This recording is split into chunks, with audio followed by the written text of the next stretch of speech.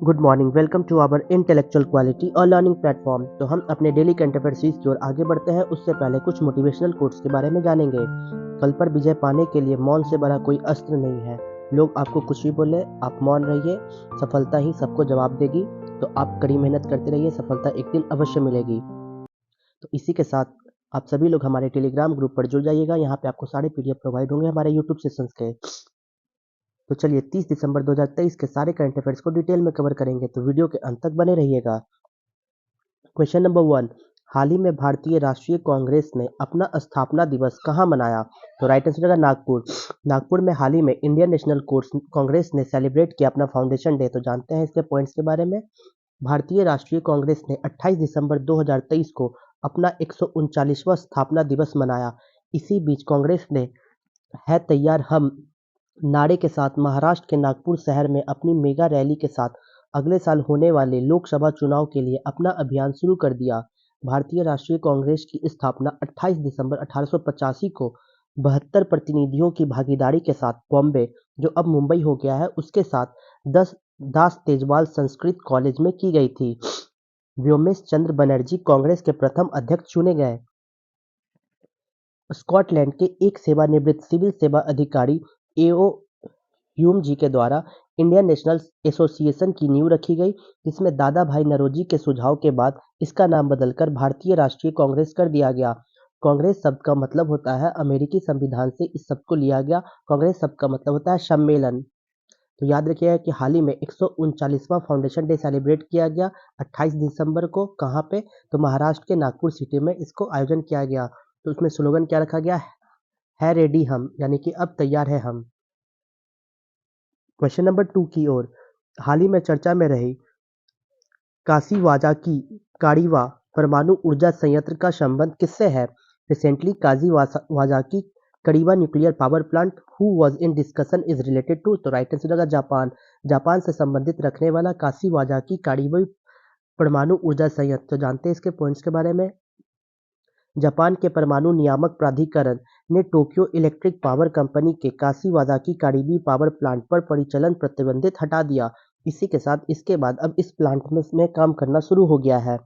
NRA ने सुरक्षा प्रबंध प्रणाली में सुधारों को हवाला देते हुए प्रतिबंध हटाने का फैसला किया और 8,212 मेगावाट क्षमता का यह परमाणु संयंत्र फुकुशिमा आपदा के बाद से बंद हो चुकी थी। ये पॉइंट याद रखिए कि जापान का जो एटॉमिक रेगुलेटरी अथॉरिटी है, उसने लिफ्टेड कर दिया गया है किस पावर प्लांट से? तो उस पावर प्लांट का नाम क्या है? काशिवाज़ाकी कारीबी पावर प्लांट। तो ये बस याद रखना होगा कि काशिवाज़ाकी कारीबा पावर प्लांट कहाँ पे है? तो जापान से बिलोंग करता है। क्वेश्चन नंबर 3 की ओर। हाल ही में त्रिपुरारी शरण को किस राज्य का मुख्य सूचना आयुक्त नियुक्त किया गया है? तो राइट आंसर होगा बिहार। बिहार के न्यू चीफ इंफॉर्मेशन कमिश्नर नियुक्त किए गए हैं। किनको? तो त्रिपुरारी शरण जी को। वरिष्ठ आईएएस अधिकारी त्रिपुरारी शरण को शनिवार को बिहार के नए मुख्य सचिव के रूप में नामित किया गया, लेकिन एक सरकारी अधिसूचना के अनुसार उनका कार्यकाल केवल 2 महीने की संक्षिप्त अवधि के लिए ही होगा।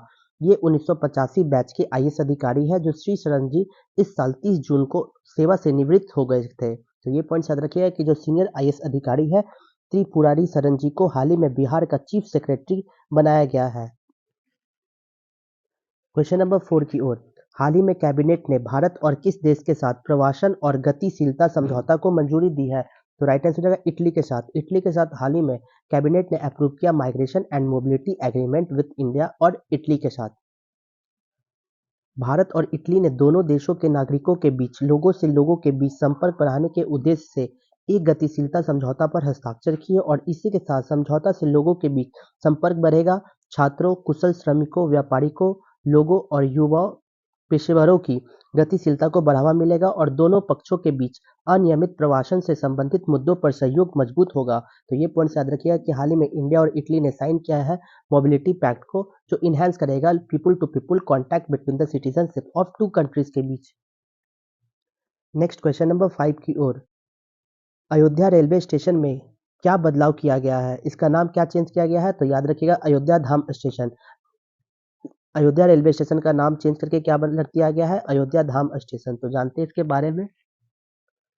अयोध्या में राम मंदिर के उद्घाटन से पहले शहर के अयोध्या जंक्शन रेलवे स्टेशन का नाम बदलकर अयोध्या धाम जंक्शन रख दिया गया है। अयोध्या के सांसद लल्लू सिंह ने घोषणा की। प्रधानमंत्री 22 जनवरी 2024 को राम मंदिर के भव्य उद्घाटन के लिए अयोध्या में की गई तैयारियों का भी निरीक्षण करेंगे। भव्य रेलवे स्टेशन में लिफ्ट, एक पर्यटक सूचना केंद्र और चिकित्सा सुविधाएं शामिल होगी। ये पॉइंट याद रखिएगा कि हाल ही में अयोध्या रेलवे स्टेशन का नाम चेंज करके क्या रख दिया गया है, अयोध्या धाम जंक्शन। नेक्स्ट क्वेश्चन नंबर 6 की ओर।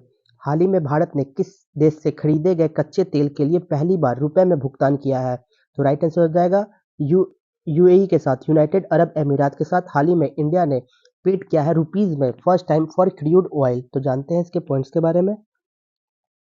भारत ने संयुक्त अरब अमीरात से खरीदे गए कच्चे तेल के लिए पहली बार रुपए में भुगतान किया। भारत का पहला बार रुपये में भुगतान दुनिया के तीसरे सबसे बड़े ऊर्जा उपभोक्ता को स्थानीय मुद्रा का वैश्विक स्तर पर ले जाने में मदद कर रहा है। भारत ने रुपए के निपटाने के लिए जुलाई में संयुक्त अरब अमीरात के साथ एक समझौते पर हस्ताक्षर किए और इसके तुरंत बाद इंडियन ऑयल कॉरपोरेशन ने Abu Dhabi national oil company में 10 लाख बैरल कच्चे तेल की खरीद के लिए भारतीय रुपए में भुगतान किए। यह कदम तेल आपूर्तिकर्ताओं में विविधता लाने, लेनदेन लागत में कटौती करने और रुपये का एक व्यावहारिक व्यापार निपटना मुद्रा के रूप में स्थापित करने के भारत में व्यापक प्रयासों का हिस्सा है। यह पहल 11 जुलाई 2022 को भारतीय रिजर्व बैंक के कदम के अनुरूप हुआ, जो आयातकों को रुपये में भुगतान करने और निर्यातकों को स्थानीय मुद्रा में प्राप्त करने की अनुमति देता है। तो याद रखिएगा कि इंडिया हाल ही में रुपये में पेड किया पहली दफा क्रूड ऑयल परचेज करने के लिए। कहाँ से? तो यूनाइटेड अरब अमीरात से, यूएई के द्वारा। नेक्स्ट क्वेश्चन नंबर 7 की ओर। हाल ही में जॉम्बी डियर डिजीज कहाँ रिकॉर्ड किया गया है? तो राइट आंसर होगा यूनाइटेड स्टेट अमेरिका में देखा गया जॉम्बी डियर डिजीज। तो जानते हैं इसके पॉइंट्स के बारे में। संयुक्त राज्य अमेरिका के शोधकर्ताओं ने चेतावनी दी कि क्रॉनिक वेस्टिंग डिजीज, जिसे सीडब्ल्यूडी कहा गया, जॉम्बी डियर डिजीज इंसानों में भी फैल सकती है। मनुष्यों में सीडब्ल्यूडी का कोई ज्ञात मामला अब तक दर्ज नहीं किया गया। विशेषज्ञों के द्वारा ये बताया जा रहा है कि सीडब्ल्यूडी को धीमी गति से चलने वाली आपदा बताया है और सरकारों को मनुष्यों में इसके संचरण की संभावना के लिए तैयार रहने की सलाह दी है। यह पहली बार नवंबर 2023 में योलेस्टेन नेशनल पार्क में पाया गया था। यह बीमारी हिरन, एल्क और मूस के 800 नमूनों में पाई गई। रोग नियंत्रण और रोकथाम केंद्र के अनुसार अमेरिका के 31 राज्यों में यह बीमारी सामने आई है। नेक्स्ट चलेंगे क्वेश्चन नंबर 8 की ओर। हाल ही में संसद द्वारा पारित प्रेस आवधिक पत्रिका पंजीकरण विधेयक 2023 ने किस कानून को निरस्त कर दिया है? तो राइट आंसर हो जाएगा press and registration of book act 1867 को निलंबित करके एक नया बनाया है बिल। उसका नाम है the press periodical magazine registration bill 2023। तो जानते हैं इसके पॉइंट्स के बारे में। लोकसभा ने औपनिवेशिक युग के प्रेस और पुस्तक पंजीकरण अधिनियम 1867 के कानून को निरस्त करते हुए प्रेस पत्रिका पंजीकरण विधेयक 2023 पारित किया और यह विधेयक अगस्त 2023 में राज्यसभा द्वारा पहले ही पारित किया जा चुका था। विधेयक सार्वजनिक समाचारों या सार्वजनिक समाचार पत्र, पत्रिकाओं और पुस्तकों पर टिप्पणियों के पंजीकरण का प्रावधान करता है। पत्रिकाओं में किताबें या विज्ञान संबंधी और अकादमिक पत्रिकाएं शामिल हैं। अधिनियम में पुस्तकों की सूचीकरण का भी प्रावधान किया गया है। पुस्तकों को विधेयक के दायरे से बाहर कर दिया गया क्योंकि एक विषय के रूप में पुस्तकों का प्रबंधन मानव संसाधन और विकास मंत्रालय द्वारा किया जाता है। भारतीय प्रेस के रजिस्ट्रार जनरल की भूमिका को परिभाषित करते हुए, जो सभी पत्रिकाओं के लिए पंजीकरण प्रमाण पत्र जारी करने के लिए जिम्मेदार है। इसके अतिरिक्त इसके कर्तव्यों में पत्रिकाओं के रजिस्ट्रों को बनाए रखना, आवधिक शीर्षकों के लिए दिशा निर्देश निर्धारित करना, परिचालन आंकड़ों की पुष्टि करना और पंजीकरण संशोधन, निलंबन और रद्दीकरण का प्रबंध करना शामिल है इस विधेयक में। तो ये पॉइंट याद रखिएगा कि हाल ही में लोकसभा ने पास किया है the press periodicals registration bill 2023। किसको रिप्लेस करेगा? तो press and registration of book act 1867 को ये रिप्लेस करके बनाया गया the press periodicals registration bill 2023। ये इंपॉर्टेंट पॉइंट्स हो जाएंगे। नेक्स्ट क्वेश्चन नंबर 9 की ओर। रिलायंस जियो ने भारत जीपीटी प्रोग्राम के लिए किसके साथ सहयोग किया है? तो राइट आंसर होगा आईआईटी बॉम्बे। आईआईटी बॉम्बे के साथ सहयोग किया गया है ताकि भारत जीपीटी प्रोग्राम को बनाया जा सके। आकाश अंबानी के नेतृत्व वाली रिलायंस जियो इन्फोकॉम भारतीय प्रौद्योगिकी संस्थान बॉम्बे के सहयोग से भारत जीपीटी कार्यक्रम शुरू करने की तैयारी कर रही है, जिसमें स्मार्ट टीवी के लिए एक ऑपरेटिंग सिस्टम होगा। उसके विकास भी शामिल है इसमें।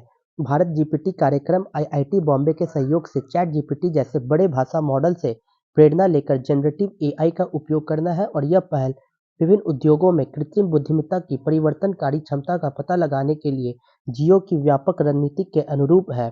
भारत जीपीटी कार्यक्रम के अलावा अंबानी ने टेलीविजन प्रौद्योगिकी में जियो के महत्वाकांक्षी उद्यम को अनावरण किया और इस कंपनी ने टेलीविजन के लिए अपना स्वयं का ऑपरेटिंग सिस्टम विकसित करने और दूरसंचार से परे अपने उत्पाद पेश करने पर विचार करेगी। तो ये पॉइंट्स याद रखिएगा कि हाल ही में रिलायंस जियो के कोलैबोरेट से Indian institute of technology Bombay के द्वारा भारत जीपीटी प्रोग्राम को तैयार किया जा रहा है। ये पॉइंट्स याद रखिएगा किसके सहयोग से, रिलायंस जियो और Indian institute of technology Bombay के द्वारा भारत जीपीटी प्रोग्राम को शुरू किया जाएगा। तो रिवीजन बैच में चलते हैं। 29 दिसंबर 2023 के सारे करंट अफेयर्स को रिवीजन मोड में कवर करेंगे।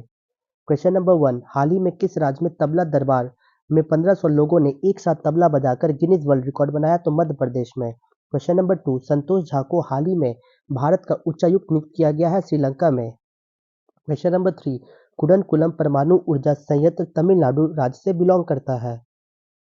क्वेश्चन नंबर 4, हाल ही में किस देश में विश्व का सबसे पुराना किला खोजा गया? तो रशिया में। क्वेश्चन नंबर 5, कांग्रेस कहां से कहां तक निकालेगी भारत न्याय यात्रा? तो मणिपुर से मुंबई तक। क्वेश्चन नंबर 6, हाल ही में आईसीसी का ग्लोबल क्रिकेट पार्टनरशिप कौन बना है? तो कोका कोला। क्वेश्चन नंबर 7, देश में काले बाघों की सर्वाधिक संख्या कहां दर्ज की गई है? तो सिमलीपाल में दर्ज की गई है। क्वेश्चन नंबर 8, हाल ही में तिब्बती आध्यात्मिक नेता दलाई लामा ने कहां अंतर्राष्ट्रीय संघ फोरम का उद्घाटन किया? तो बिहार राज्य में उद्घाटन किया। क्वेश्चन नंबर 9, हाल ही में अंतर्राष्ट्रीय महामारी तैयारी दिवस 2023 27 दिसंबर को हर वर्ष मनाया जाता है। क्वेश्चन नंबर 10, हाल ही में उत्तर प्रदेश में पहली अंतर जिला हेलीकॉप्टर सेवा आगरा से लेकर मथुरा तक शुरू की गई है। तो चलिए क्वेश्चन ऑफ द डे में चलते हैं। आज का क्वेश्चन क्या है? India's first uranium mine is located at which among the following places? Bharat की पहली यूरेनियम खदान निम्नलिखित में से किस स्थान पर स्थित है? ऑप्शन ए जादूगौड़ा, या तुमला पैले, या पिछली, या दालभूम। आपको आंसर कमेंट बॉक्स में देना होगा। यहाँ तक वीडियो को देखने के लिए thank you so much guys. Video को ज़्यादा से ज़्यादा हो सके तो लाइक शेयर और सब्सक्राइब करें ताकि और भी कंटेंट आपके पास पहुँच सके। जय हिंद, जय भारत दोस्तों।